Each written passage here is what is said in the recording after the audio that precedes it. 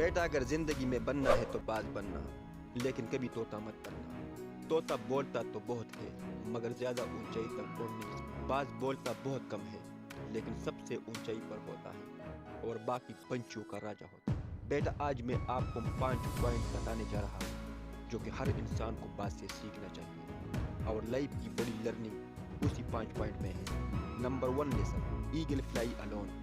بیٹا باز اکیلا اڑتا ہے اور باقی پنچھیوں کے مقابلے میں سب سے اونچائی پر ہوتا ہے۔ باز کبھی بھی چڑیا اور چھوٹے پنچھیوں کے ساتھ نہیں اڑے گا، باز ہمیشہ باز کے ساتھ یا اکیلا ہوتا ہے۔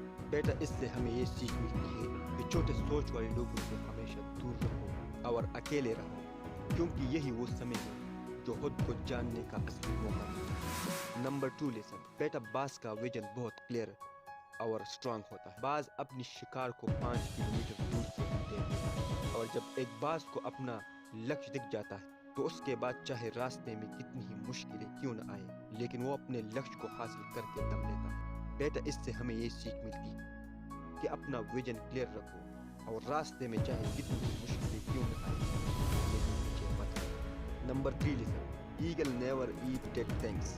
بیٹا باز کبھی بھی مرے ہوئے جانوروں کو نہیں کھاتا، وہ ہمیشہ زندہ جانوروں کا شکار کرتا ہے۔ اس سے ہمیں یہ سبق ملتی ہے جو ہمارا پاسٹ ہے وہ مر چکا ہے تو پھر اپنے مرے ہوئے سڑے ہوئے دانت پر دھیان مت دو اور اپنے آنے والی پرت زندگی پر دھیان دو۔ اپنی پاسٹ کی جو پرانی یادیں تمہیں تنگ کرتی ہیں انہیں وہی رہنے دو جہاں پر اس کی جگہ ہے، اور تمہاری پاسٹ کی جگہ تمہاری پاسٹ میں، اسے ورتمان میں جگہ مت دو، جو کہ ایک بار تمہارا پاسٹ تمہارے پریزنٹ میں آ گیا تو تمہارا پاسٹ تمہیں کبھی پریزنٹ میں رہنے نہیں دے۔ پاسٹ میں تمہارے ساتھ بہت برا کیوں نہ ہو، وہ سب تاج مر چکے ہیں۔ بیٹا اس باز کی طرح بنو جو کبھی بھی مری ہوئی چیزوں کو نہیں کھاتا۔ نمبر 4 لیسن، جب طوفان آتی ہے تو باز بہت زیادہ ایکسائٹ ہوتا ہے، اور جب بارش ہوتی ہے تو ساری پنچھی چپ کر بیٹھ جاتے ہیں، لیکن باز کو بہت بڑا مزہ آتا ہے۔ جب تیز ہوائیں چلتی ہے تو باز ان ہواؤں کے ساتھ اوپر اڑنے لگتی ہے۔ اس سے بھی بہت بڑی سیکھ ملتی ہے